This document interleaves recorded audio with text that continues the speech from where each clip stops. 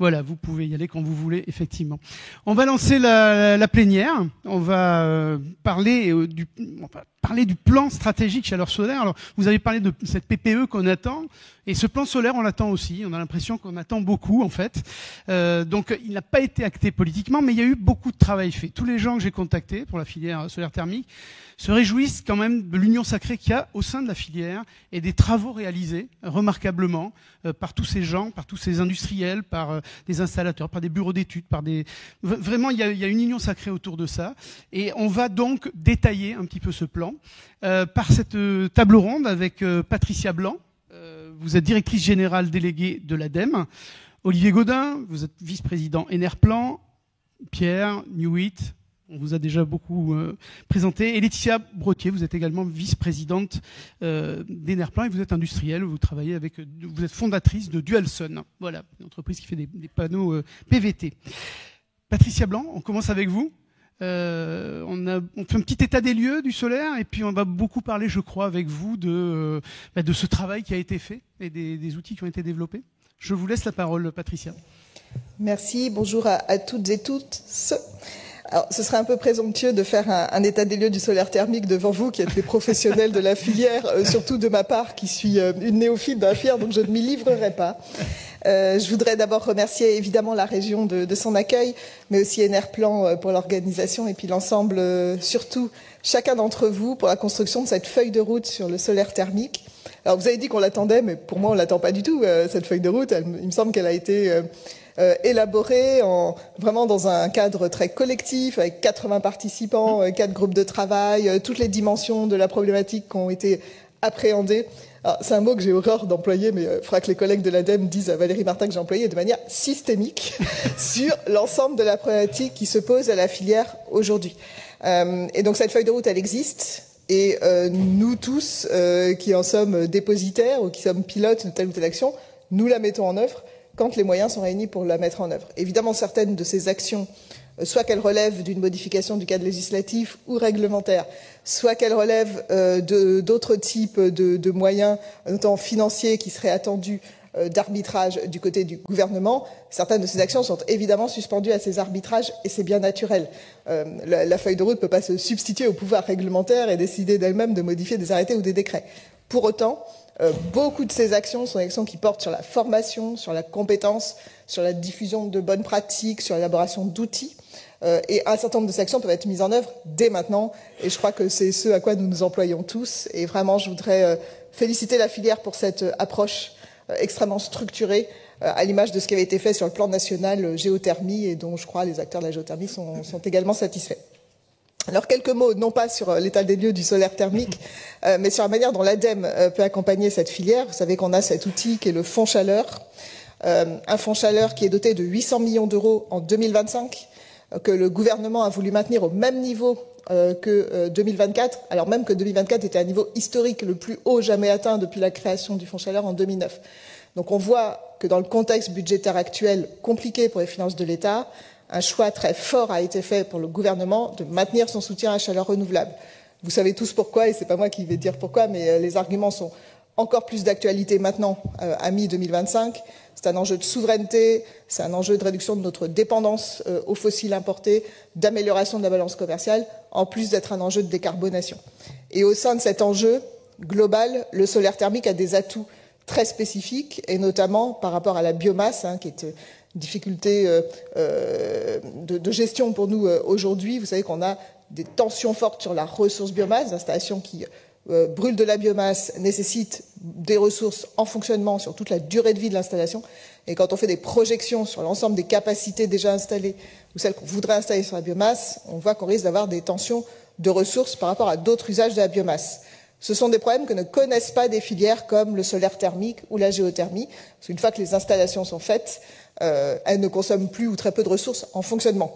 Alors, vous connaissez tout ça par cœur, mais là, je suis en train de tester pour voir si mon argumentaire tient la route quand on le défend devant les ministres pour défendre le budget du fonds chaleur. Voilà. Mais on y croit vraiment à l'ADEME et pour matérialiser cette priorité qui est donnée à des énergies comme le solaire thermique ou la géothermie par rapport à une énergie biomasse, on a développé une méthode qui s'appelle ENR Choix, vous connaissez sans doute tous, qui a été, je crois, développé en Île-de-France. Alors, les collègues de la région Nouvelle-Aquitaine sont partis, donc à le droit de citer d'autres régions. Faut y aller. Je crois qu'il y a encore une collègue de la région dans la salle. Bon, alors excusez-moi, pour une fois, l'Île-de-France avait développé une méthode en premier lieu, mais elle est en train d'être généralisée partout sur le territoire national. Et c'est une méthode de priorisation très simple, qui est de s'assurer qu'on vérifie d'abord qu'on a fait tous les efforts de sobriété, donc de rénovation, de s'assurer qu'on a optimisé la récupération des gisements de chaleur fatale.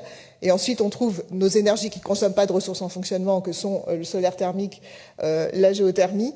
Et puis ensuite, on trouve la biomasse comme appoint, mais qui ne peut pas être la première ou la seule énergie d'un mix énergétique diversifié. Voilà. Bon, sachant qu'en 2025, ce qu'on finance encore majoritairement sur Fonds Chaleur, c'est encore des installations à base de biomasse. Voilà.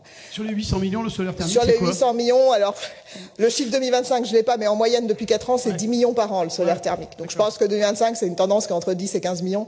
On ne va pas dire qu'on a un boost en 2025 spectaculaire, mais tous les projets de 2025 de solaire thermique sont financés. On n'a refusé aucun projet de solaire thermique. Il faut qu'il y en ait plus. Il faut qu'il y en ait plus, oui, bien sûr. Vous connaissez tous les trajectoires, mais je pense que les vice-présidents de Verplan vont dire pourquoi il faut qu'il y en ait plus. Mais vous connaissez la trajectoire de la programmation pluriannuelle de l'énergie qui commence à être discutée au Parlement ces jours-ci. Elle est évidemment très ambitieuse sur le solaire thermique comme sur les autres sources de chaleur renouvelables, avec, mais je pense que vous connaissez les chiffres, 6 TWh en 2030, 10 TWh en 2035, alors qu'on part de 1,5 TWh installés aujourd'hui. Donc évidemment, quand on lit ces chiffres et qu'on ne connaît pas bien la filière, on se dit que c'est un sacré coup d'accélérateur qui est souhaité. Les conditions sont réunies. Je crois qu'on a beaucoup, et vous êtes tous là pour en témoigner, de chaînes, enfin une chaîne de valeur très complète en France et en Europe sur l'ensemble de la filière. On a des leaders qui sont reconnus dans leur profession et qui sont là aujourd'hui. On a ce dispositif du Fonds Chaleur. Évidemment, je ne suis pas en capacité de vous dire quel sera son budget en 2026, mais ce que je peux vous dire, c'est avec 10 millions en moyenne consacrés au solaire thermique, il n'y aura pas de difficulté de nouveau de financement en 2026, et même ça devait doubler, et même ça devait tripler dans nos rêves les plus fous sur le solaire thermique. Je pense qu'il n'y aura pas de difficulté de financement en 2026 sur cette filière. Les règles de financement par le Fonds Chaleur n'ont pas été modifiées en 2025. Vous savez qu'on a baissé des taux d'aide pour la biomasse pour bien montrer ce caractère de priorité des autres sources de chaleur renouvelables. On a maintenu les taux d'aide sur le solaire thermique. Il y a une action du plan de la feuille de route qui demande à l'ADEME de simplifier les dispositifs d'aide Fonds Chaleur solaire thermique. Moi, j'ai travaillé 20 ans au ministère de l'Environnement. Les incantations de simplification, je suis prudente. Alors, on est toujours très content de se lancer dans le chantier de simplification, mais il y a eu peu de chantiers de simplification dont le résultat apparaît clairement plus simple que l'entrée. On le voit avec la loi APR, écoutez, apparemment. Voilà. Donc nous, visiblement, nous avons pris, dans l'enthousiasme de la jeunesse, nos collègues de l'ADEME ont pris un engagement de simplifier les règles du Fonds Chaleur sur la thermique. On va essayer. Mais si les règles sont complexes, c'est sans doute qu'il y a une raison. Donc, et à chaque fois qu'on bouge des curseurs, on modifie la visibilité pour les acteurs. Ils viennent s'en plaindre régulièrement parce qu'on a à la fois ces demandes de changement qui viennent, mais aussi des demandes de stabilité du financement. Donc moi, par défaut, ma position, c'est plutôt la stabilité des règles. Mais si effectivement on trouvait des curseurs sur lesquels il y aurait un consensus pour dire là c'est vraiment compliqué, il faut simplifier, pourquoi pas. Mais je reste prudente sur ces notions de simplification des dispositifs d'aide. En gros, la visibilité est peut-être plus importante que la simplification. La visibilité me semble plus importante que la simplification. Je crois qu'on est tous d'accord. Voilà. Bon, je crois que j'ai dit l'essentiel de ce que je voulais dire. J'avais de très beaux exemples à citer en région Grand Est, mais je ne peux pas le faire puisqu'on vient d'avoir de très beaux exemples en région Nouvelle-Aquitaine, donc il n'est pas nécessaire de parler de la région Grand Est.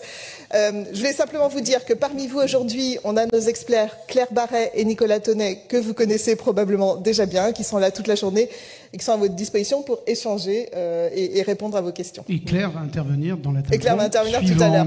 Elle va présenter un sujet qui est très important pour moi et que je n'ai pas eu le temps de présenter, qui est l'essaimage. On travaille beaucoup sur les piscines.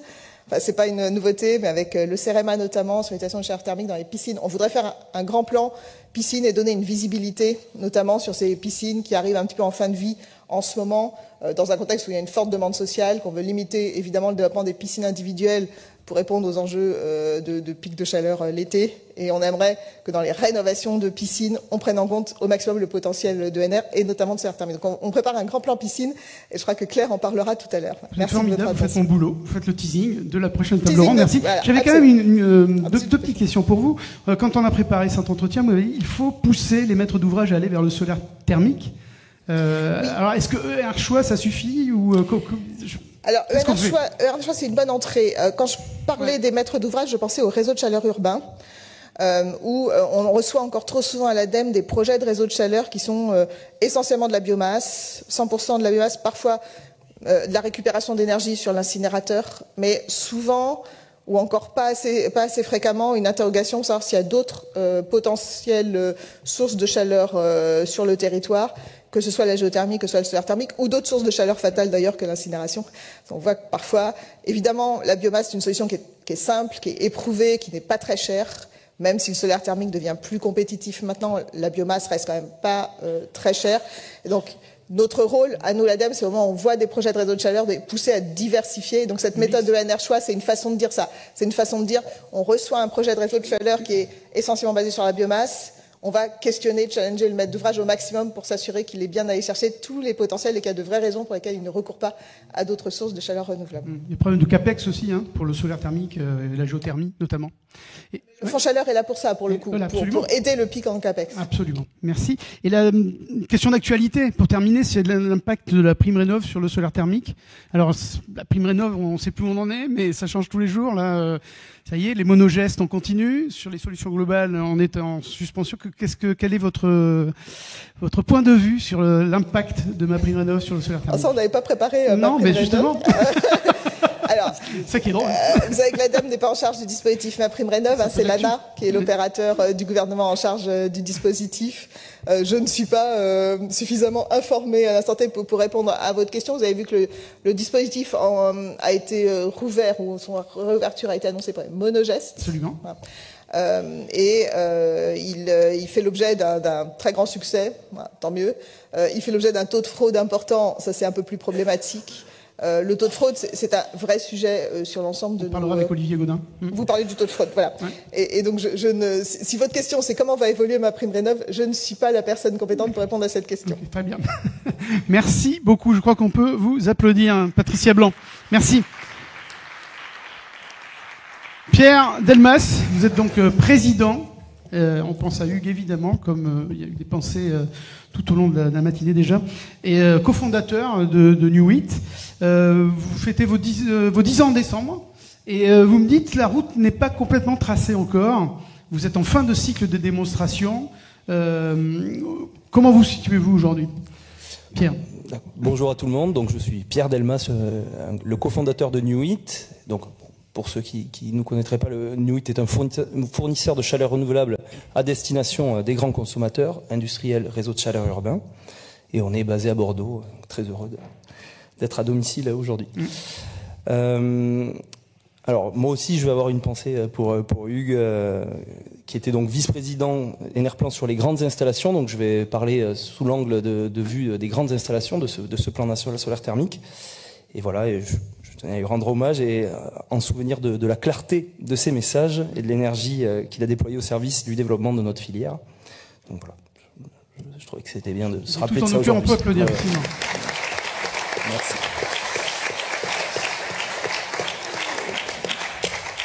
Merci. Donc bon, sans transition, ce plan national solaire thermique, il s'inscrit dans un contexte assez particulier.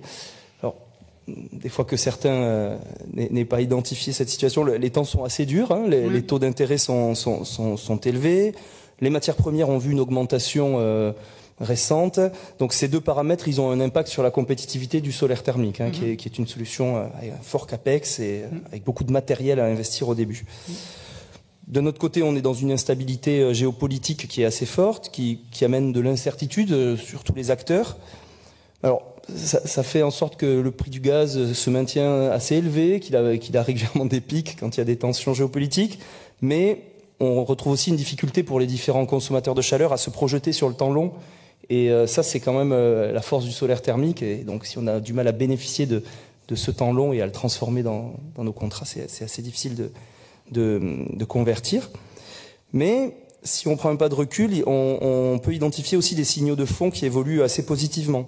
Déjà, au niveau en France, en Europe, on a une prise de conscience de l'enjeu lié à l'usage de la chaleur. On entend timidement des gens qui expliquent qu'effectivement sur nos usages de la chaleur et de l'énergie, la moitié est pour des usages de chaleur.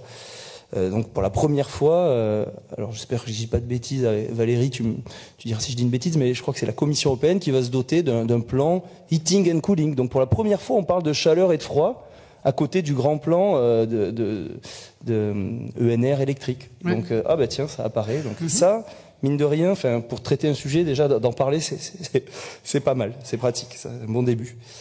Voilà. Ensuite, on en a parlé, mais une prise de conscience que dans le système énergétique futur, il y aura peut-être pas de solution unique et miraculeuse comme on a pu la connaître avec les énergies fossiles. Hein. C'est assez magique, hein, les énergies fossiles. Mais donc, il faudra peut-être commencer à trouver une place pour chaque énergie pour contribuer au défi. Donc le solaire thermique a totalement sa place. On va voir. Ouais. On y travaille dans le plan national. Et on a pu aussi quand même constater un mouvement au niveau européen aussi sur l'application d'une taxe carbone aux frontières. Alors pour l'instant qui s'applique aux grands consommateurs intensifs, plutôt à haute température, donc des consommateurs pas forcément adressables par le solaire thermique, mais ça permet de changer un petit peu les règles du jeu, de commencer à réellement valoriser le CO2 chez les clients. Alors là c'est principalement industriel. Nous, nos clients industriels, dans le prix de chaleur cible qu'ils nous donnent et qu'on doit atteindre, il y a rarement une prise en compte du CO2, parce qu'il y a beaucoup d'exemptions pour pas pénaliser l'industrie en Europe. Et enfin, là, Madame Boll en a parlé, vraiment un début de planification énergétique et de réfléchir de manière globale aux différents usages et à la priorisation entre les sources d'énergie pour les différents usages. Et ça... avec le NR choix en France qui retranscrit tout ça, une prise de conscience de la limite de la ressource biomasse, je ne vais pas en reparler, mais aussi une maturation petit à petit de qu'est-ce que ça représente de l'électrification de notre économie, avec petit à petit une prise de conscience que finalement l'électron va peser assez peu dans le prix d'électricité final, mais que le prix va se basculer sur le coût des infrastructures, du développement des infrastructures et des flexibilités électriques nécessaires au maintien du stockage pour ces flexibilités. Donc finalement, on se rend compte que chaque solution a des avantages, des inconvénients, et donc un enjeu de planifier pour tirer parti de tout ça. Donc voilà, ce travail, juste, je voulais dire, il est en cours, il est un peu à contre-cycle. Donc là, l'enjeu, c'est d'établir des actions qui ont un réel impact, de commencer à les mettre en œuvre pour devenir opérationnel, efficace, pour accélérer lorsque le contexte le permettra. Bon, ça c'est une introduction un peu longue peut-être. Donc sur le plan national solaire thermique, moi, c'était l'occasion d'une rencontre des différentes parties prenantes qui sont clés sur le déploiement des grandes installations solaires thermiques. Je vais parler de ça pour ma part. C'est votre spécialité. C'est ça. Et c'était l'occasion pour chacun de partager ses attentes, ses contraintes et d'arriver à mieux se comprendre. Et je salue quand même l'esprit constructif et de transparence qui a eu lieu dans cette démarche qui était, à mon avis, vraiment remarquable. Et donc ce moment où les pouvoirs publics se tournent vers la filière pour demander comment accélérer, c'était finalement un exercice pour la filière d'exprimer ses besoins, ce qui n'est pas forcément un exercice toujours facile, et de faire l'effort de formuler les avantages et les forces de cette filière. Donc, en particulier sur le segment des grandes installations, de quoi on a parlé ? On a parlé donc dans les grandes installations, les grands consommateurs, assez vite on arrive sur des systèmes qui mixent les solutions. Donc, quelle place du solaire thermique dans ces mix ? Ça a été évoqué, mais aujourd'hui... il y a un enjeu d'arriver à étudier l'option solaire thermique systématiquement dans les schémas directeurs. On est loin d'être dans ce cas-là. Mais l'établissement des schémas directeurs, mine de rien, ils établissent des rails pour les projets qui font qu'ensuite c'est difficile de réintégrer d'autres solutions. Et on va en parler en particulier le solaire thermique pour différentes raisons. Et donc déjà, quand on étudie les options pour le solaire thermique, pour les schémas directeurs, on le fait pour de vrai, quoi. On le regarde. Donc. Il faut prendre la chose en amont, en fait. En amont, et il faut comprendre pourquoi c'est pas fait aujourd'hui et essayer de vraiment trouver des moyens de faire en sorte que ça se passe, quoi, pour de vrai. Ensuite, il va falloir communiquer sur les avantages de la filière. Et alors là, c'est un exercice particulier puisque le solaire thermique, c'est une énergie qui a des très faibles externalités négatives. Alors du coup, c'est difficile de parler de des problèmes qu'on génère pas. Mais c'est un exercice qui est intéressant à faire parce que bon voilà, on génère pas de particules fines, on génère pas de bruit, on génère pas d'odeur, on génère pas de circulation de camions locaux pour le combustible. Bon, ça crée de l'emploi local à la construction. Enfin, il faut chiffrer un peu tous ces éléments pour être capable de les valoriser et de les mettre sur la table. Intéressant. Voilà. Donc ça, il va falloir chiffrer tout ça et le communiquer. Ensuite, bon, on en a parlé, le solaire thermique, c'est une solution qui a une forte intensité à l'investissement. Donc les conditions de financement des projets ont un impact très fort sur la compétitivité. Donc ce qu'on a commencé à faire, c'est qu'on a exploré et on a fait des sensibilités sur les conditions de dette bancaire, quel impact elles ont réellement sur le prix de chaleur final solaire, le niveau de rentabilité attendu des investissements en fonds propres, les taxes, tout ça, on essaye de sentir qu'est-ce qui a réellement un impact pour donner ces éléments à disposition des décideurs pour qu'ils décident ce qui est le plus réaliste et qui a le plus d'impact, quoi. Et enfin, on a plus que jamais réalisé que le solaire thermique, en particulier les grandes installations, c'est une solution qui s'organise, qui se planifie, qui implique un nombre important de parties prenantes qui doivent se coordonner. Et tous ces défis se cristallisent autour de l'enjeu du foncier. Et on a parlé beaucoup de CO2 ces derniers temps. Je pense que là, on va parler un peu plus d'indépendance énergétique dans la période qui vient. Bon, je me suis dit finalement, peut-être que c'est plus facile de trouver du foncier en France que du gaz naturel. Mais donc du foncier on en a, mais bon, par contre, maintenant, il faut s'organiser pour arriver à le valoriser pour des usages énergétiques, parce que ça, c'est pas quelque chose qu'on a l'habitude de faire. Voilà. Donc, c'est le défi de la décentralisation aussi. C'est le défi de la décentralisation, puisque l'aménagement du territoire, c'est vraiment dans les mains des acteurs locaux qui doivent planifier leur territoire, leur foncier étant une des ressources de leur territoire. Et voilà, le solaire thermique, si on fait un raccourci, mais c'est quand même, à mon avis, intéressant de l'appréhender comme ça. Le solaire thermique, la ressource qu'il valorise et qu'il sollicite, c'est du foncier. Et donc, il faut vraiment identifier et traiter et travailler sur ce sujet. Et juste simplement pour finir, donc hier c'était l'Assemblée générale de l'association européenne Solarity Europe, dont je suis avec Valérie qui est la présidente, et dont je suis un membre du Board of Directors. Et donc voilà, je voulais saluer l'initiative de l'ADEME qui, on l'a dit, est à ma connaissance inédite en Europe. À l'occasion de cette assemblée générale, Edwige Denerplan et moi avons eu l'occasion de présenter la démarche, les travaux en cours. Voilà, et je voulais faire un retour quand même auprès de l'ADEME. Les différents acteurs européens ont trouvé cette démarche très inspirante et ils ont tous salué l'apport structurant qu'avait l'ADEME dans cette démarche d'alignement de la filière au service d'un objectif de transition énergétique planifié, coordonné. Voilà, donc. D'accord, c'est un exemple européen, un exemple pour l'Europe. Exactement, au sein de l'association, on compte bien essayer de valoriser, de formaliser cette démarche pour la proposer à d'autres pays. Ouais. J'avais un mot sur l'accélération, c'est la loi d'accélération. Vous m'aviez dit c'est très compliqué de développer des projets, ça aussi c'est une problématique. C'est long. Vous avez des projets en stand-by, qu'est-ce qui bloque? Oui, c'est ça, on souhaite accélérer. Ouais. Mais il y a des petits effets de bord un peu improbables. Alors on parlait de la loi zéro artificialisation nette qui a été mise en place et qui a prévu une exemption pour le solaire photovoltaïque suite à une étude, enfin pour le solaire au départ, suite à une étude de l'impact réel de l'artificialisation de ces systèmes. Donc il a été établi que c'était assez peu artificialisant pour proposer une exemption, mais la mention du solaire thermique dans cette exemption a disparu en cours de processus.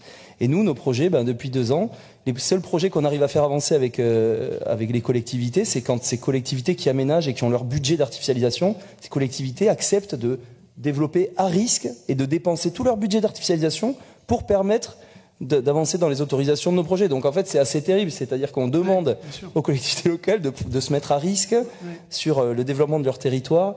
Et donc bon là voilà, c'est une des propositions du plan national qui avance. Enfin voilà, je salue aussi quand même la mobilisation des différents acteurs qui essayent de résoudre ce problème assez improbable en juste se recalant sur l'exemption du solaire photovoltaïque, puisque les équipements d'un point de vue impact artificialisation sont vraiment les mêmes, quoi. Merci beaucoup Pierre Delmas. On voit que vous avez bien travaillé. Merci, on peut l'applaudir.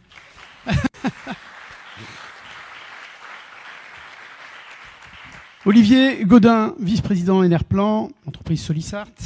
Quand on a préparé cet entretien, vous m'avez dit, je vais lancer la chose, je vais m'appuyer sur le discours du Premier ministre sur la décarbonation dans l'optique de la PPE, avec autour de 4 critères. Je vous laisse nous présenter cette idée qui fait que ça peut être une lame de fond finalement, la chaleur renouvelable. Bonjour à tous. Il a dit beaucoup mieux que moi, donc je vais reprendre ces termes et qui sont d'actualité puisqu'ils datent d'il y a un mois. Donc c'est François Bayrou. Hein. Donc François Bayrou s'est exprimé en disant la chaleur représente 40% de notre énergie. Donc ça, c'est quand même 2 fois plus que l'électricité ou la mobilité, donc c'est important à le rappeler, parce que c'est le gros de nos enjeux. Et il précise, cette part d'énergie, en fait, est très fossile, et donc nous expose à l'instabilité des prix et la vulnérabilité d'approvisionnement. Donc je pense qu'il a très bien résumé. Il a rajouté la PPE doit être ambitieuse sur les chaleurs renouvelables, car la chaleur renouvelable est créatrice d'emplois locaux, la meilleure réponse à nos objectifs climatiques et pour contribuer à la compétitivité de nos entreprises. La préservation du pouvoir d'achat des ménages et notre souveraineté énergétique. Et ici, 4 critères. Si l'énergie produite est souveraine, abondante, compétitive et décarbonée, si la réponse est oui à ces 4 critères, nous devons investir. Donc je crois qu'il a très bien résumé tous les enjeux de la chaleur solaire. Il faudra lui rappeler. Hein. Sur la souveraineté, je rappellerai les chiffres, car sur le solaire thermique, elle est double, c'est-à-dire qu'elle est à la fois industrielle et énergétique. Notre pays a cette capacité d'avoir des industries en France et elle est exportatrice nette de 57 millions d'euros. Donc c'est une double souveraineté énergétique. On a à la fois la production industrielle, nos produits sont fabriqués en France, et que ce soit les panneaux, les ballons et la régulation. Et elle permet de moins importer d'énergie, évidemment, donc d'améliorer doublement la balance commerciale. Ces solutions sont maintenant performantes et structurées grâce à Sokol et le RGE. Et on a un marché qui couvre tous les segments, c'est-à-dire de la petite installation jusqu'à la grande que l'on vient de voir. La deuxième chose que je tiendrai à souligner, c'est l'implication de l'ADEME et l'ENR Choix. La chaleur solaire est mise dans l'ENR Choix en priorité 2, c'est-à-dire juste après l'énergie récupérée, ce qui est tout à fait logique, et devant la biomasse. Ce qui montre que c'est identifié comme une énergie prioritaire à tout point de vue. Pour rappeler les objectifs, ça a été dit par l'ADEME, donc 2 gigawatts en 2023, 8 en 2030 et 16 en 2035. Donc ça représente 1 gigawatt par an de plus. Et ça fait à peu près du 33% de croissance par an. Pour rappel, ceux qui ont connu le plan solaire, on était à 60% de croissance annuelle. Donc on est sur des croissances tout à fait réalistes et faisables. Mais pour ça, il nous faudra une stabilité des aides et une visibilité.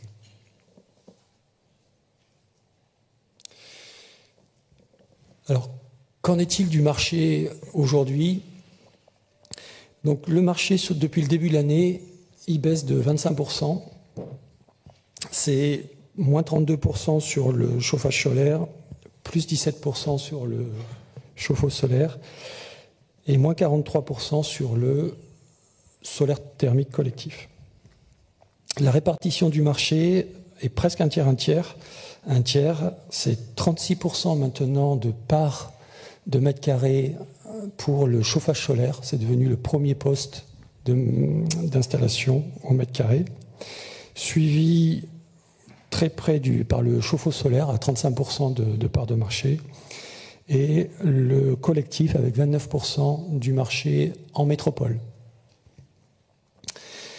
Sur les DOM, ils ont baissé de 80% l'année dernière suite situation de la défiscalisation. C'est ça, suite à la défiscalisation.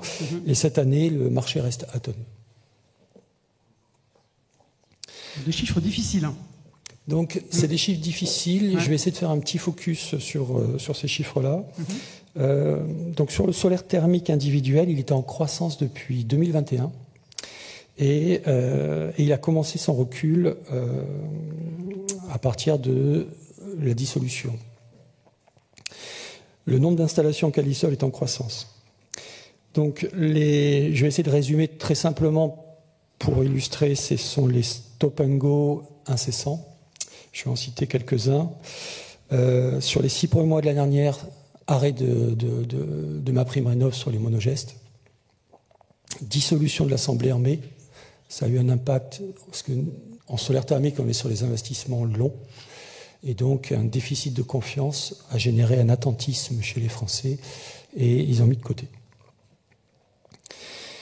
Puis, la censure du gouvernement en fin d'année, absence de vote du budget, absence d'aide sur les premiers mois de l'année de MaPrimeRénov', pas d'aide, pas de projet. Et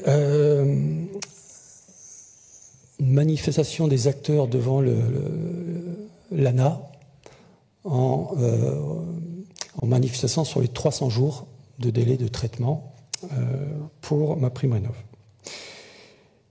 Et juste après, la suspension. Annoncée en juin jusqu'en septembre et réintroduit, et donc il n'y a plus de suspension pour les monogestes. Ce que vous demandiez d'ailleurs. Oui. C'était une revendication, absolument. C'était une revendication commune de tous les acteurs du syndicat. Et un autre frein que je citerai quand même, c'est les ABF qui empêchent la solarisation de 50% des habitations françaises. Sur le collectif,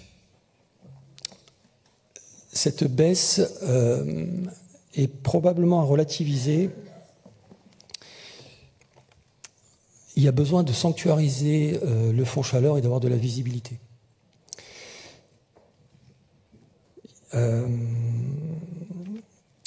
Et sur les grandes installations, notamment le ZAN qui a été évoqué, et on espère qu'il va aboutir à l'exemption. Je voudrais quand même signaler des choses qui pour moi sont très positives. Donnez-nous des perspectives d'avenir, voilà. Olivier. Donc, je tiendrai à signaler 2 choses et remercier l'ADEME et la DGEC avec qui on travaille en étroite collaboration, et je tiens à remercier pour l'ADEME Claire Barré avec qui on échange régulièrement et Joséphine Isoire pour la DGEC avec qui on échange régulièrement et notamment pour ce groupe de travail que l'on fait pour développer la chaleur solaire. Enerplan travaille aussi et a réalisé une étude EY qui est disponible sur notre site avec le diagnostic et plein de propositions pour développer la chaleur solaire.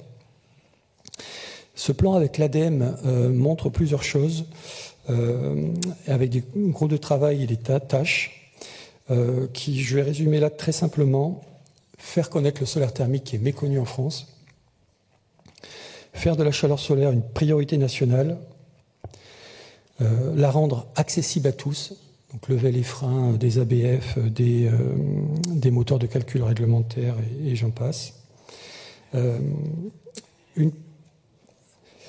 Et réussir le potentiel de développement des grandes installations. Et je souhaiterais finir sur un bel exemple de solaire thermique qui a été primé au Salon Interclimat à Paris. Sur l'hôpital de Martel-de-Janville, il a eu le prix du meilleur équipement. Il a fait 53% d'économie chauffage, eau chaude, bouclage sanitaire sur un hôpital équipé d'un centre de balnéo, donc avec des besoins quand même énergétiques toute l'année importants. C'est une excellente productivité capteur, 672 kWh par mètre carré par an. Et c'est un beau projet soutenu par l'ADEME. Donc, je nous souhaite à tous une bonne stabilité des aides. On en a besoin pour notre vision et besoin pour travailler ensemble, puisqu'on est sur des projets longs. C'est une chaleur, et notamment sur notre souveraineté énergétique, où on voit que le prix des énergies, les tensions qu'il y a, notamment en ce moment, le rendent encore plus crucial, à la fois pour notre pouvoir d'achat, pour la balance commerciale, pour la planète. Donc on a des perspectives d'avenir qui sont excellentes. Travaillons encore plus ensemble. L'avenir est au solaire. Dans 50 ans, il n'y aura plus d'énergie consommable. Voilà l'optimisme qui vous porte. Merci, on peut vous applaudir, Olivier. Merci beaucoup. Alors Laetitia Brotier, nous étions là pour lancer le plan solaire. Bon, vous êtes un peu triste, un peu déçu, parce que finalement, le plan solaire n'est pas là, mais il n'est pas enterré, vous m'avez dit. Et loin de là. Mais Patricia Blanc le rappelait, en fait, le plan solaire, on n'a pas aujourd'hui le ministre Marc Ferracci qui est là pour le porter avec nous. C'est peut-être partie remise, puisque en réalité, il ne ferme pas la porte à ce plan. Aujourd'hui, ce qu'on peut déjà dire, c'est que ce plan, en fait, on l'a activement préparé avec l'ADEME et aussi tous les acteurs de la chaleur solaire. Donc, on est prêt. Enfin, et heureusement, parce qu'on est quand même en train de fêter les 10 ans de l'accord de Paris. Le but du jeu, c'est quand même de décarboner notre économie. Si on dit qu'en 2050, il y aura plus d'autre chose que des énergies renouvelables et de l'électrification avec des énergies renouvelables encore. Mais c'est vrai que je sépare un peu la chaleur renouvelable de l'électricité renouvelable. On a encore du travail. Aujourd'hui, on est encore à 60% de dépendance du fossile, 60% de dépendance du fossile, mais avec le plan de le réduire à 30% dans les 10 ans. Donc voilà, au travail. Et c'est pour ça qu'on s'est réunis. Aujourd'hui, le solaire thermique, c'est un vrai espoir. C'est un vrai espoir pour plusieurs raisons. C'est que on le rappelait, on est sur une des technologies made in Europe, made in France.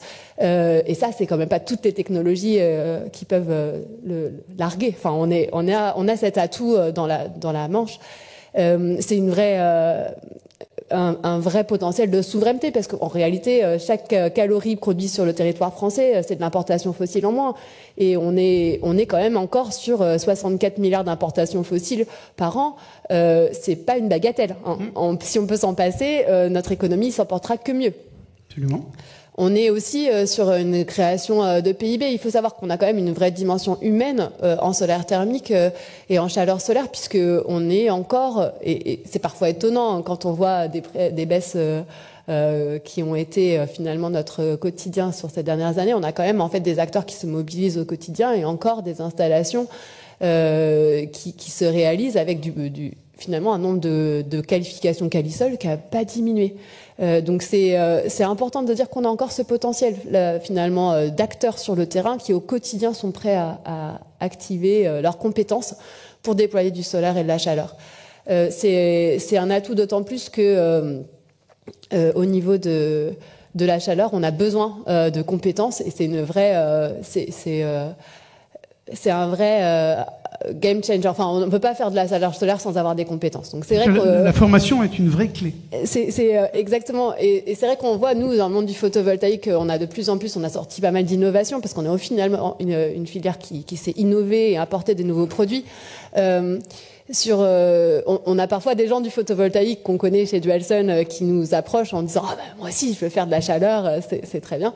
Donc c'est vrai qu'on a dû développer aussi tout dans un système enfin on a notamment la Dualsun Academy, mais plein de centres de formation qui existent pour justement former à la chaleur solaire, et ça c'est vraiment un point important. Et je pense qu'on n'a pas du tout fini, puisqu'on a encore beaucoup de bureaux d'études qui mériteraient de connaître un peu mieux les dimensionnements pour nous proposer des projets de chaleur solaire, puisqu'en fait ils sont parfois, et on le voit, c'est toujours plus facile de faire ce qu'on sait faire, et donc parfois juste évincer ou oublier parce que c'est plus simple. Donc ça c'est des choses qu'on peut déjà faire, nous. Savoir former, on a déjà les centres de formation, Et donc ça fait partie du plan. Et c'est vraiment quelque chose qu'on va pouvoir mettre en œuvre dès aujourd'hui. Au niveau du photovoltaïque thermique, qui est le pan PVT du plan, pour nous c'est important puisque en fait on a cet espoir d'aller jusqu'à 10 TWh en 2035 de chaleur solaire et le PVT aura un vrai rôle à jouer là-dedans. Pour nous, en tant qu'industriels, c'est déjà rechercher du foncier pour dupliquer nos lignes de process. Donc ça, c'est quelque chose qui donne envie. On a envie de pouvoir déployer plus de capacités industrielles. On a déjà les savoir-faire et donc c'est quelque chose, j'allais dire, à la fois facile mais à faire. On a vraiment eu le soutien notamment de France 2030 pour développer à la fois la solarothermie qui est un peu un petit nouveau dans le projet où on fait de la chaleur avec les pompes à chaleur, même si les packs solaires, ça fait déjà 35 ans qu'elles existent. Alors on aime bien classer le PVT dans les innovations, notamment on voit que ça arrive que pas à pas à l'ADEME sur le fond chaleur, mais ça y est, les packs solaires, ça fait déjà quelques années maintenant, 2021 si je ne m'abuse. On a intégré même la piscine pour les packs solaires depuis l'année dernière. Donc, c'est des choses qui sont importantes d'intégrer au fur et à mesure les produits et les savoir-faire aussi dans finalement le cadre de soutien. Donc ça, il faut continuer à le faire. Notamment, on a encore tout le potentiel de la géothermie solaire qui n'est pas encore intégré et sur lequel qui encore à mettre en place dans le fond chaleur. Mais toutes ces étapes finalement qu'on gagne nous montrent qu'à la fin on arrive à déployer des belles installations et c'est vrai qu'en solarothermie l'avantage est évident puisqu'on est sur une division par 4 finalement de la facture. Divisé par 4 ces factures, c'est quand même un rêve pour tout le monde. Et c'est ce à quoi on arrive avec des technologies. Et je voudrais aussi souligner qu'on entre aussi dans l'ère de l'intelligence artificielle et de l'optimisation avec des ballons intelligents pour justement aller au mieux sur l'intégration et la consommation électrique d'appoint ou d'autres appoints pour vraiment bénéficier au maximum de la chaleur solaire. Donc toutes ces innovations apportent aussi un vrai élan et une vraie envie. Et en fait, finalement, la question de l'envie sur la chaleur solaire, elle est là dès lors qu'elle est connue. Et donc c'est à nous. Et là aussi, on espère avoir un vrai soutien politique parce que je pense que c'est le plus essentiel. C'est à nous de la faire connaître et de continuer à grandir parce qu'on en a besoin. On a besoin de diviser par 2 dans les 10 ans notre dépendance à l'énergie fossile et les 10 TWh. C'est ensemble qu'on y arrivera. Et ce plan, merci à tous de l'avoir pas créé. On espère très vite un soutien politique. En tout cas, on sent votre enthousiasme. J'ai quelques questions assez concrètes à vous poser. Vous disiez diviser par 4 la facture. En gros, un pavillon, 35 000 € d'investissement, toujours le CAPEX. Mais vous me dites c'est un faux problème finalement parce qu'il y a des taux des prêts à taux zéro et puis 35 000 € finalement on le regagne très vite. En fait on n'a pas vraiment à rougir de la structuration du soutien. Finalement à la fois via MaPrimeRénov', les éco-PTZ, on est quand même une filière très soutenue. Je parle du particulier mais sur le fonds chaleur pour l'hybride on a toujours des pas à passer mais on a déjà pas mal d'éléments donc on n'a pas à rougir des capacités de soutien. Après, bon, c'est sûr que l'ANA, si on en parle aux installateurs, vous diront peut-être qu'ils sont un peu fatigants parfois, parce que c'est pas toujours facile d'avoir un dossier traité très lentement, ou des gens qui vous disent ah mais c'est vraiment le calisol quand on a besoin de faire du photovoltaïque thermique. Oui, c'est le calisol. Bon, mais on voit que une fois qu'on a une phase de stabilisation, on espère que ça reviendra très très vite fluide. En tout cas, le cadre politique est plutôt favorable. Donc oui, même si on est sur 35 000 €, les restes à charge peuvent être pris en charge par l'éco-PTZ et les économies dès le premier jour permet finalement d'être rentable. Mais j'allais dire, on a une deuxième atout avec la chaleur solaire, c'est qu'on est aussi capable de valoriser les bâtiments.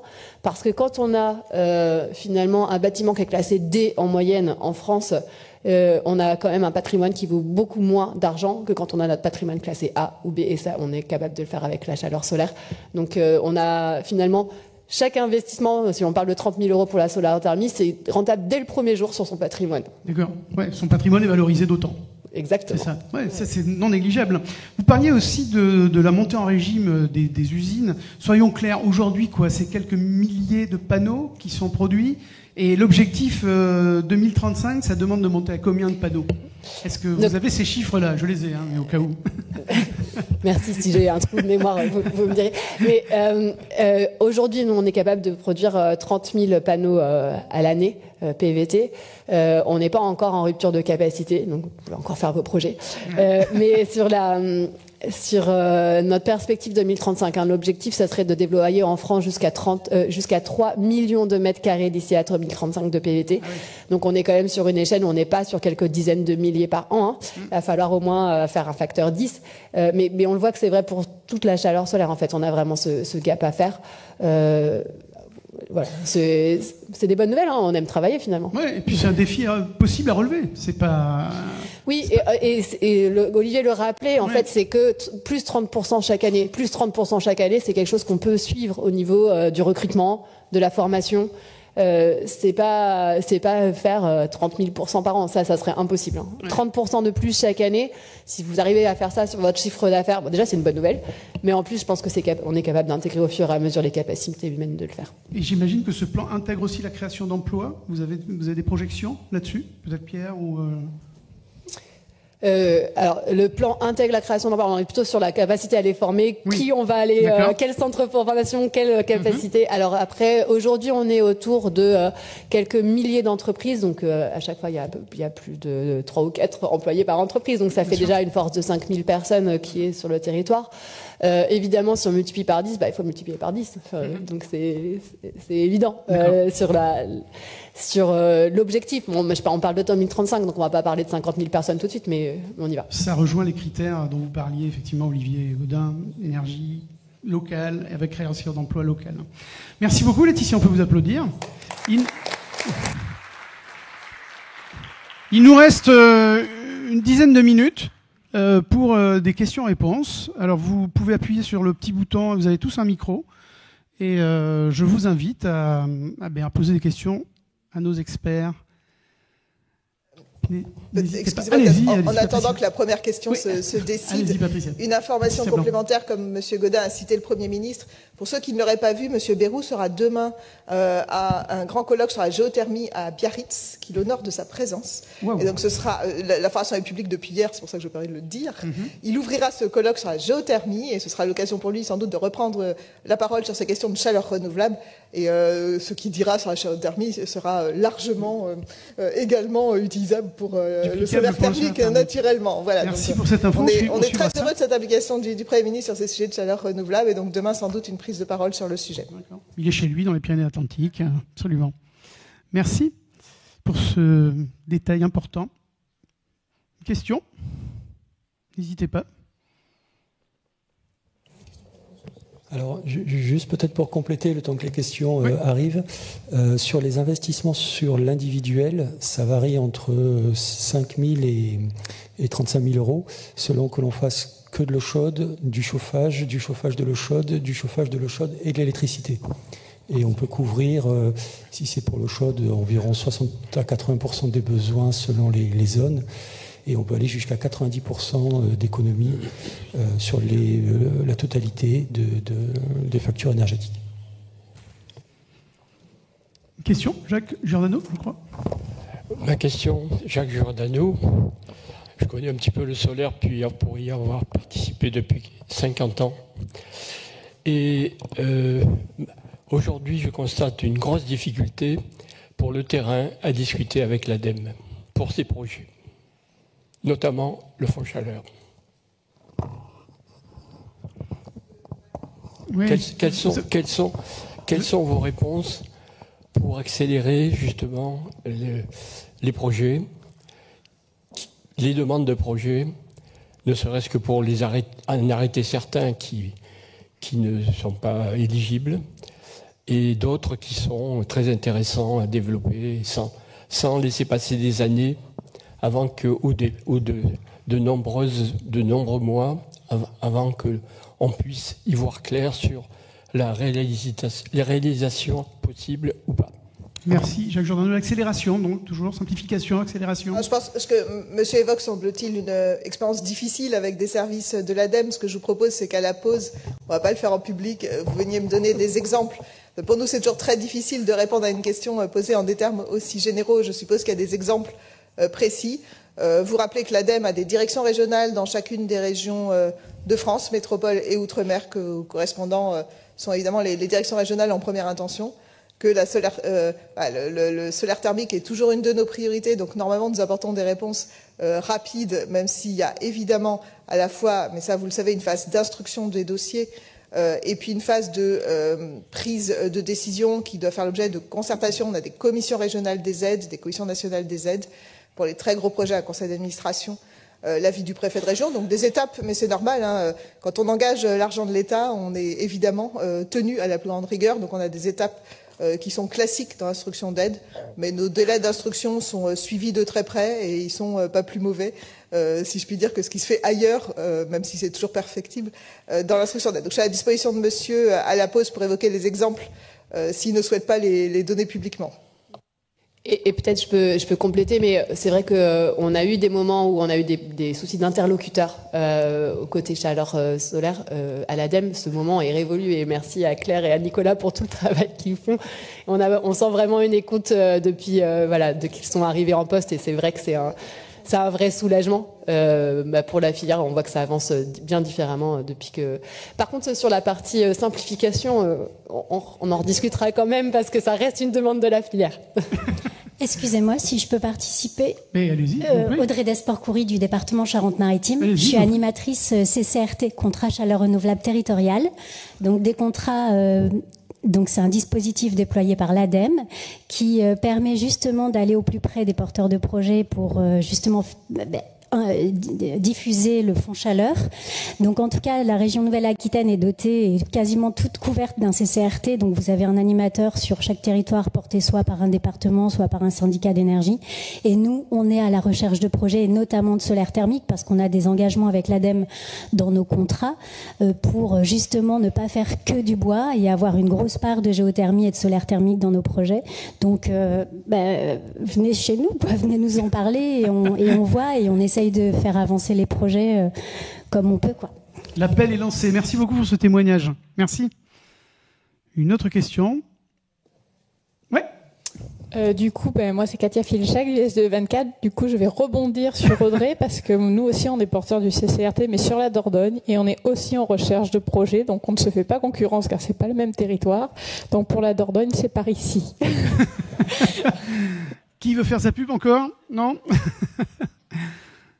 Une autre question? Vous appuyez sur le petit bouton devant, c'est très simple. Oui, monsieur. Oui, bonjour. Jean-Philippe Pied, journaliste à Green Universe. Je suis arrivé en retard, alors peut-être que vous avez déjà donné ces données. Je voulais savoir quelle était la dynamique dans le solaire thermique, ou vos estimations en tout cas pour cette année, en termes de production d'énergie, peut-être aussi d'installation. Moi j'en étais à 1,3 TWh pour la filière, mais ça doit dater d'un an ou deux. Alors, quelles sont vos prévisions? Merci. Olivier, peut-être? Vous avez donné des chiffres de 2024 tout à l'heure? Alors oui, j'ai donné les chiffres. Alors, on peut vous donner tous les chiffres, hein, on les a déjà énoncés. Donc, ce que je vous invite, c'est de venir nous voir après et on communiquera tout. Ouais, on a déjà évoqué les chiffres tout à l'heure. Absolument. Une autre question? Et en résumé, la tendance n'était pas encore favorable par rapport à ce qu'on avait, ce plan stratégique. Donc il faut encore qu'on travaille sur un meilleur tendanciel. C'était pas très encourageant, effectivement. Ouais. Le plan national est toujours d'actualité, toujours utile. Ouais. On peut être rassuré. Il n'est pas superfétatoire. Madame. Oui, bonjour, Mathilde Véron de Engie. Moi, je suis un petit peu côté recherche et pour atteindre nos objectifs à 2030 et 2035, est-ce que vous pensez qu'il y a encore un besoin de recherche ou on a tout en place? Ce qui manque, c'est de motiver les gens et de leur prouver que ça marche. Et qu'est-ce que vous faites exactement dans la recherche, vous, spécifiquement, sur ce secteur? Pour l'instant, j'essaye de convaincre mes collègues d'Engie que le solaire thermique marche et de leur...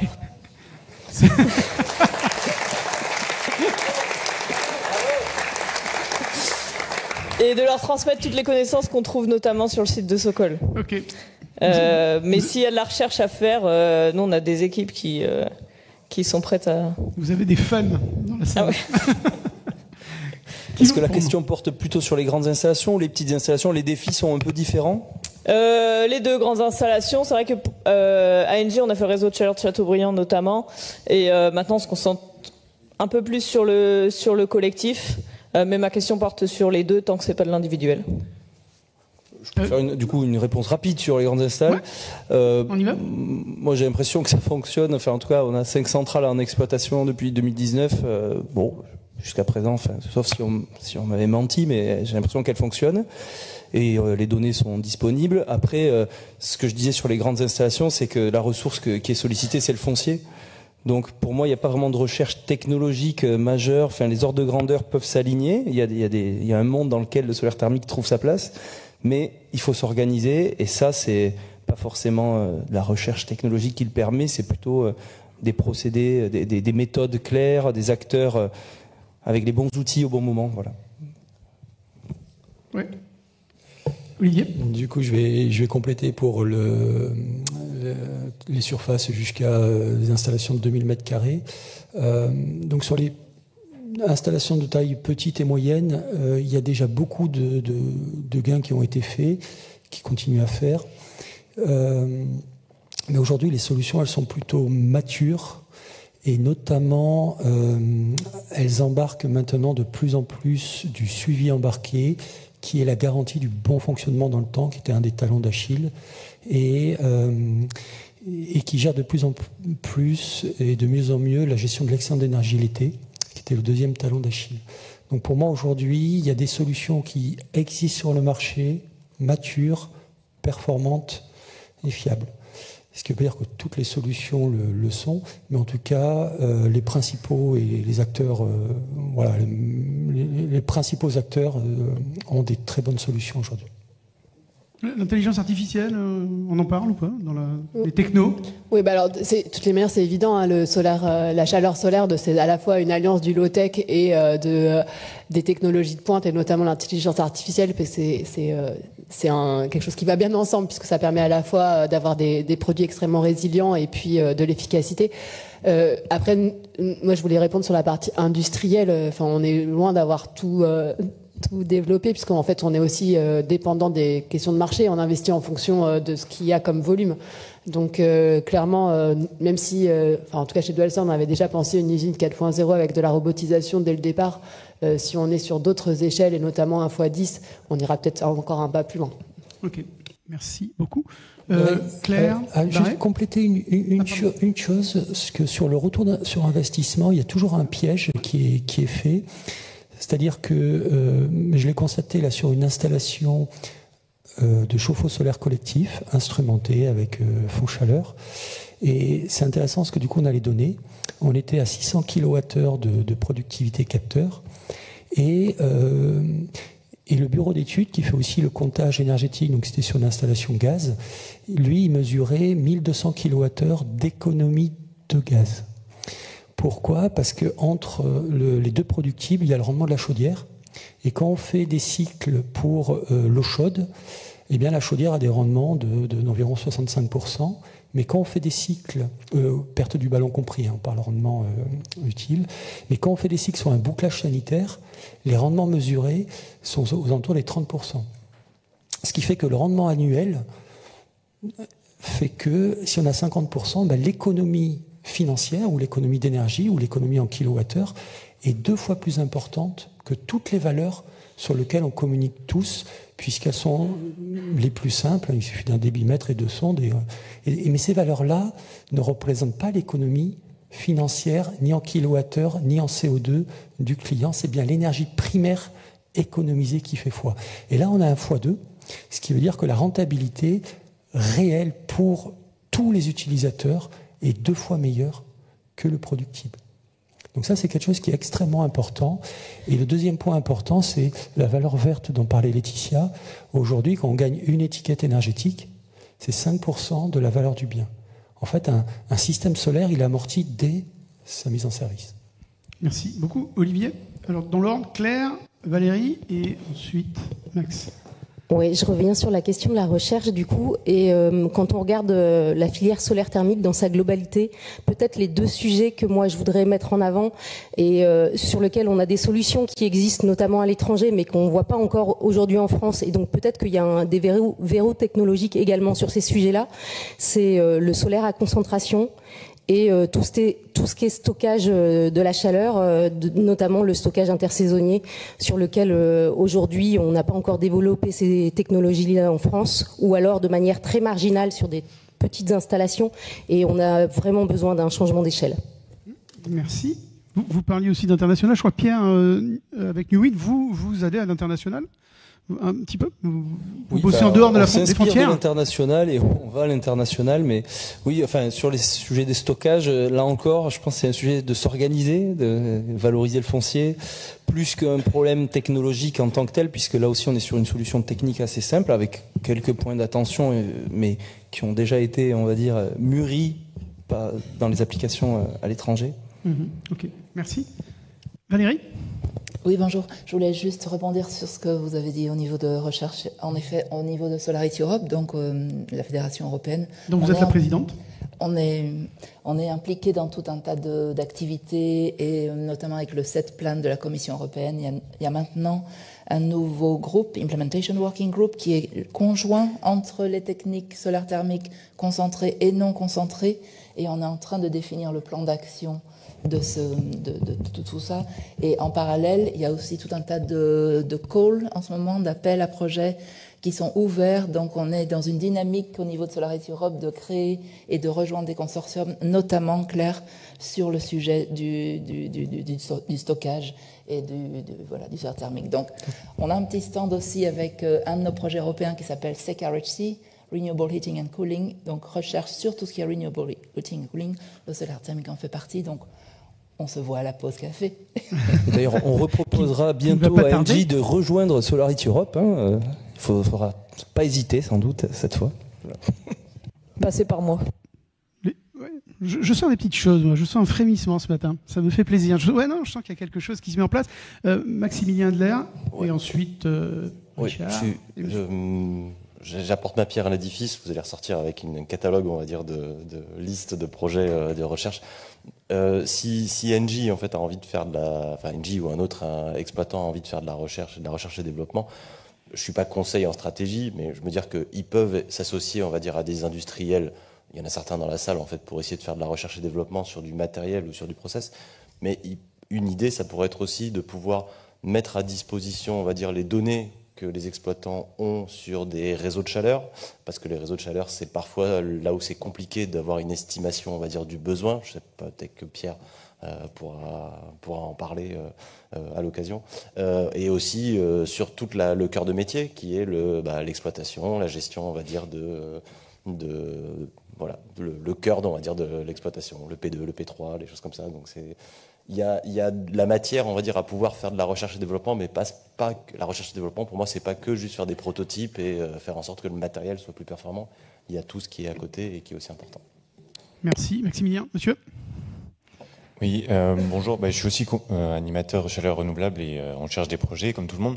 Mais je me pose une question sur la recherche et développement et le fait de baisser les coûts, parce qu'il y a le CAPEX aussi, et qu'est-ce qui est là où il y a le plus d'enjeux, en fait, parce que le solaire thermique, ça existe depuis longtemps, et est-ce que il y a plus d'enjeux à faire de l'innovation et plein de solutions différentes, ou juste baisser les coûts et massifier celles qui sont simples et qui fonctionnent déjà?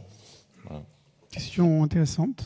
Qui veut répondre ? Je peux prendre, mais c'est vrai que de toutes les manières, je parlais de suivre le marché. On a, quand on fait le retour d'expérience sur la diminution du CAPEX en solaire thermique, rapporté à un prix équivalent en fonction de l'inflation, ce qu'on voit, c'est que par rapport au photovoltaïque, on n'a pas à rougir. Ils ont moins de 17% par chaque doublement de capacité, et nous, on est à moins de 19%. Donc, la chaleur solaire arrive à être très fort sur son taux de retour d'expérience sur pour baisser les coûts. Seulement, le doublement de capacité est quand même beaucoup moins rapide. Et en fait, l'enjeu, il est peut-être aussi là. Enfin, les industriels, je vous redis, hein, nous, on investit aussi en fonction de ce qu'on est capable d'avoir comme marché. Donc c'est un peu l'œuf et la poule. Néanmoins, on a quand même aujourd'hui des solutions qui sont rentables, et on le redisait, à la fois de par ce qu'on a en termes de ce qu'on gagne en termes d'étiquette énergie, mais aussi on voit par exemple on a d'autres incitatifs comme le décret tertiaire où on arrive avec des solutions à avoir directement atteindre des niveaux de moins 60% d'énergie grâce à des solutions solaires de chaleur solaire. Donc on a des incitatifs qui fait que on va certainement vers une massification des marchés et du coup une réduction des coûts. Je voulais juste revenir sur l'innovation. Ce que disait Maximilien, excusez-moi, je vous ai non, pas Maximilien, c'était sur la partie innovation. On a aussi, on voit dans le photovoltaïque des innovations plus de business model. Et ça, c'est aussi intéressant de voir que on est sur des abonnements ou du leasing ou des choses comme ça dans le photovoltaïque qui se développent beaucoup dans le résidentiel. On ne l'a pas encore en chaleur solaire. Et là aussi, c'est peut-être une question de masse critique. Mais ça fera partie des choses à innover et à importer. Oui, c'est un terme qu'on entend beaucoup dans le photovoltaïque, c'est le PPA. Est-ce qu'il pourrait y avoir des PPA thermiques? On parle des nouveaux business models. On appelle ça un HPA, pour dire. Heat Purchase Agreement. Mais c'est ce qu'on propose au quotidien. Hein. Alors justement, c'est drôle ce qui se passe avec le corporate PPA, puisque donc les gens du photovoltaïque découvrent un client avec ses spécificités, son risque de contrepartie, tout ça. Dans la chaleur, comme il n'y a pas de réseau national de distribution de chaleur, tous les projets ils sont directement liés et ils sont limités. Enfin, toutes les opportunités et les limites du projet sont imbriquées entre le client consommateur et le système producteur, quoi. Et donc ces contrats de fourniture de chaleur, ils sont plus techniques. Enfin, ils sont assez techniques en fait. Ils décrivent la façon et le volume les niveaux de température et le volume de consommation du client. La répartition de sa consommation dans le temps. Il y a des engagements donc côté client, de côté off-taker, comme on dit en anglais, et des engagements côté fournisseur qui vont, eux, dépendre de la technologie mise en œuvre. Et le contrat doit prendre en compte toutes ces contraintes. Et puis vous, la défaillance client, vous n'avez pas un réseau pour suppléer ensuite la fourniture. C'est ça. Donc il faut être très... Tout à fait. Et donc c'est ça. Donc en fonction de la robustesse de la contrepartie, la robustesse du client, on va avoir. Enfin nous, ça se répercute dans les conditions de financement. Bien sûr. Si le client est plus risqué, on aura des conditions de financement moins favorables et on devra viser des rentabilités plus fortes et donc un impact sur le prix de chaleur. Bien sûr. Richard Loyen. Oui, merci. Sur la recherche, je voulais préciser que c'est pas seulement de la technique. Et pour rebondir, c'est aussi sur les nouveaux business models. Ça fait partie du plan d'action. Il y a un projet APRED de recherche qui a été déposé auprès de l'ADEME. Et c'est comment est-ce qu'aujourd'hui on a des contrats de fourniture de chaleur au-delà d'un mégawatt, Nuit et d'autres savent faire, gérer les risques de contrepartie. Et l'enjeu, avant d'arriver dans le résidentiel, c'est comment sur des installations de quelques dizaines à quelques centaines de kilowatts, on va réussir à vendre de la chaleur ou à louer une installation de fourniture de chaleur pour connaître des choses qui fonctionnent dans le photovoltaïque, avec le risque de la contrepartie qui s'arrête de consommer. Donc a priori, on est plutôt parti sur le médico-social parce que les maisons de retraite et les hôpitaux sont pas prêts de manquer de clients, entre guillemets. Ils auront toujours besoin de choses, ce qui pour une industrie n'est pas forcément le cas. Mais c'est un des gros enjeux, et notamment pour dépasser ce capex d'investissement, parce qu'aujourd'hui, un EHPAD, il faudrait sortir de quelques dizaines de milliers d'euros, c'est pas forcément évident. Voilà. Et puis pour rassurer également, parce que finalement on externalise le risque, et c'est celui qui fournit la solution quand on est responsable et de sa performance durable. C'est la thématique de Sokol qui nous anime, la performance durable. Là, on a quelqu'un qui met des sous sur la table, qui a une installation et qui doit vous fournir de la chaleur. Donc ça, c'est un des gros enjeux de montée en croissance qui a été identifié dans le plan d'action, c'est ces nouveaux business models. Il y a une petite équipe de recherche, un consortium qui a été constitué. Mais si demain on a des sociétés d'économie mixte, Bordeaux Métropole Énergie ou ailleurs, qui aujourd'hui se lancent sur des business models en autoconsommation dans le photovoltaïque ailleurs, voilà, qui s'intéressent à la chaleur solaire parce que c'est prometteur. Parfait, merci beaucoup.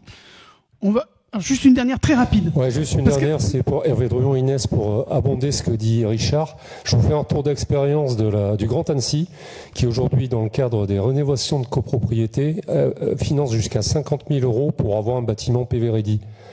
Donc les renforcements de structure et toutes les gaines de passage. Donc on pourrait imaginer qu'un thermique ready, les collectivités locales pourraient aller dans ce sens-là aussi pour appuyer ces nouveaux business models. Ça simplifierait le déploiement. J'ai fini. Super. Favorable? Un thermique ready? Ok, mais allons-y.